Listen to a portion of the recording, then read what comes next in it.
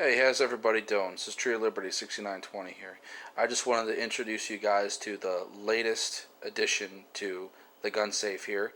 This is a TG Industries AMD-65 built off an FEG receiver made in Hungary. I picked up this rifle over the weekend at the Philly Expo Center at the gun show down there, and I've always wanted one of these, but for one reason or another I never managed to pick one up, and I finally got it out today, and my first impressions of this rifle are that it is awesome. I was extremely impressed with this rifle today. It was nice to go to that gun show over the weekend and see a weapon like this come back down to a reasonable price again. These types of rifles, they were going for $1,000 above MSRP just a couple months ago, and I actually got a pretty damn good deal on this rifle considering. So I saw it. It was reasonably priced. I just had to have it, and I picked it up, and picked it up over the weekend, and I took it out, and I couldn't be happier with it. I took it out today. It was extremely accurate. The rifle has good weight, good balance. I didn't have any hiccups, feeding problems, any of those problems whatsoever. These rifles, at least this one, was a really, really, really good buy. And after having so many problems with cheaper AKs, it's nice to shoot one like this that doesn't have any of those problems, and really shows to you that you don't really have to drop $1,000 on an arsenal. You can get a nice $500. Well, this one was about $600, but it was it was jacked up because of everything was going on. It's really nice to shoot a rifle like this and to buy a rifle like this that is not overpriced, and just goes to show you that there are some not so expensive rifles out there that are really well made and shoot really well. This is one of them. I've had bad luck with cheaper made AKs in the past. That's why most of my AKs are arsenals. But I took the gamble on this one, and I am extremely impressed. This AMD-65 is a Hungarian variant of the AKM rifle, but as you can see from looking at it and comparing it to the IO Polish Sporter above, it's quite a bit different in appearance to a standard AKM, which is basically what the IO Polish Sporter is. I mean, you start down here, and you have this side folding stock here, and that's obviously quite a bit different than the fixed Warsaw length buttstock on this IO Polish Sporter. That's also one of the things I noticed about this. This is longer. This is definitely longer than this, so that might be nicer for some of you guys who have a little taller, have a little longer length of pull. This is definitely longer than the Warsaw length buttstocks.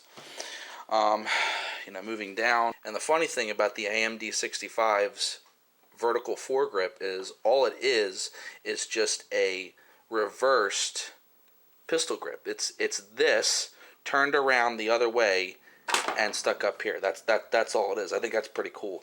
On this particular rifle, they're a little chewed up. I may at some point replace them. I don't want to. I watched a video recently where a guy, he made improvements to his AMD-65, but when he was done, it didn't even look like an AMD-65. I don't want to do that. Like, everything else on this rifle is going to stay the same, but these two pistol grips here, they I may change those. I might get wood ones. I kind of like the way I've seen pictures of them set up like that, and I like the offset of it, and I may do that. One of the other things that is different about this rifle than most AKMs I noticed is that sight graduations are only out to 800 meters, and most AKMs are out to 1,000. So that's different. And obviously, there's no top handguard here, and the lower handguard is quite different. And as I said before, this reversed pistol grip setup is unique to the AMD-65.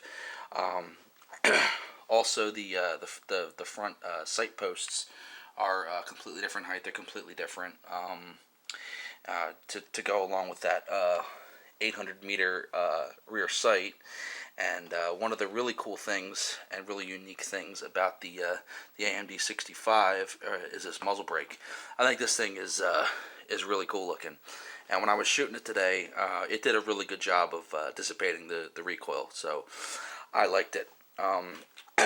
Accuracy wise, I already said that this rifle was extremely accurate, but I mean, to further elaborate that, it trashed this IO Polish Sporter. Like, I wasn't expecting that. Like, it really, really noticeably, because I shot both of these rifles at 75 yards. This one about a week and a half ago, and this one today, and I was shooting them both standing. And this rifle far and away was more accurate than this one. This thing might be as accurate. It might be equally as accurate as my SGL-21. How accurate, do you ask?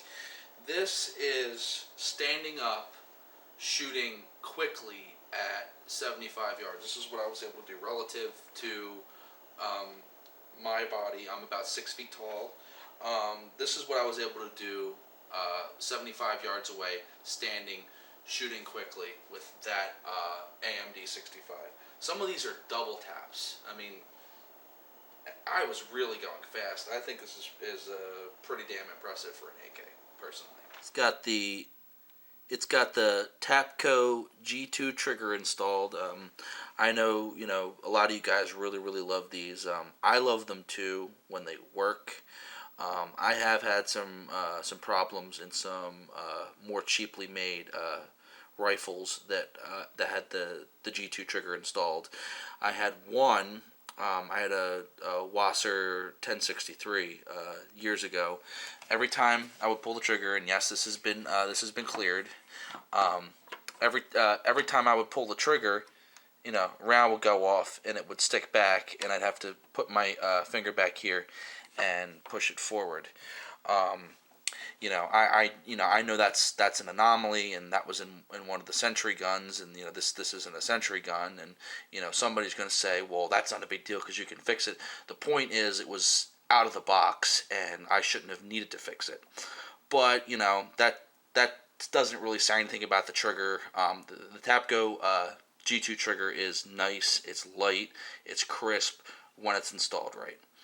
I'm trying to think of negatives of this rifle, and there's really only two that I can think of. This is a great rifle.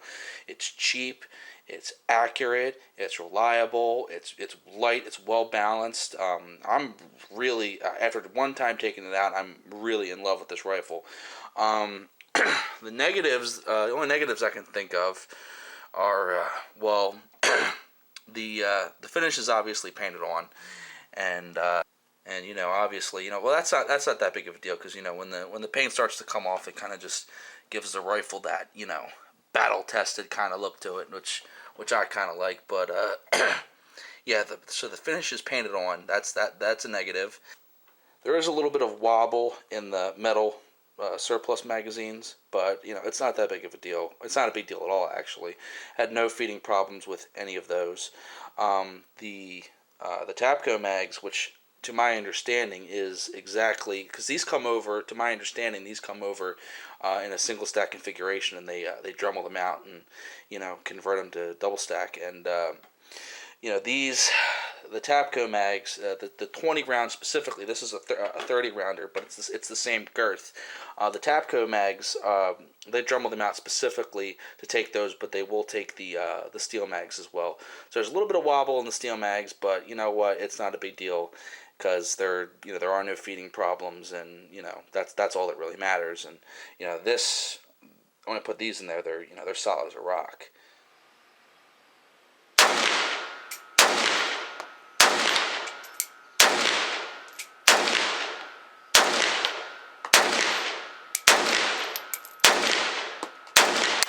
Wanted to give you guys a look at the other side real quick.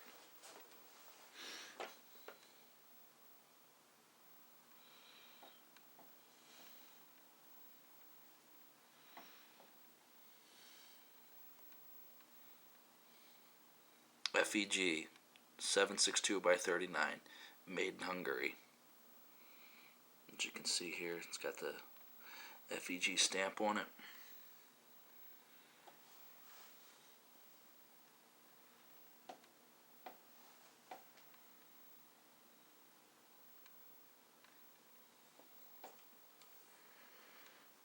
Nice rifle. I've only had it for a few days. I've only taken it out once, but this is one of the better buys that I've made. Great value. It was cheap.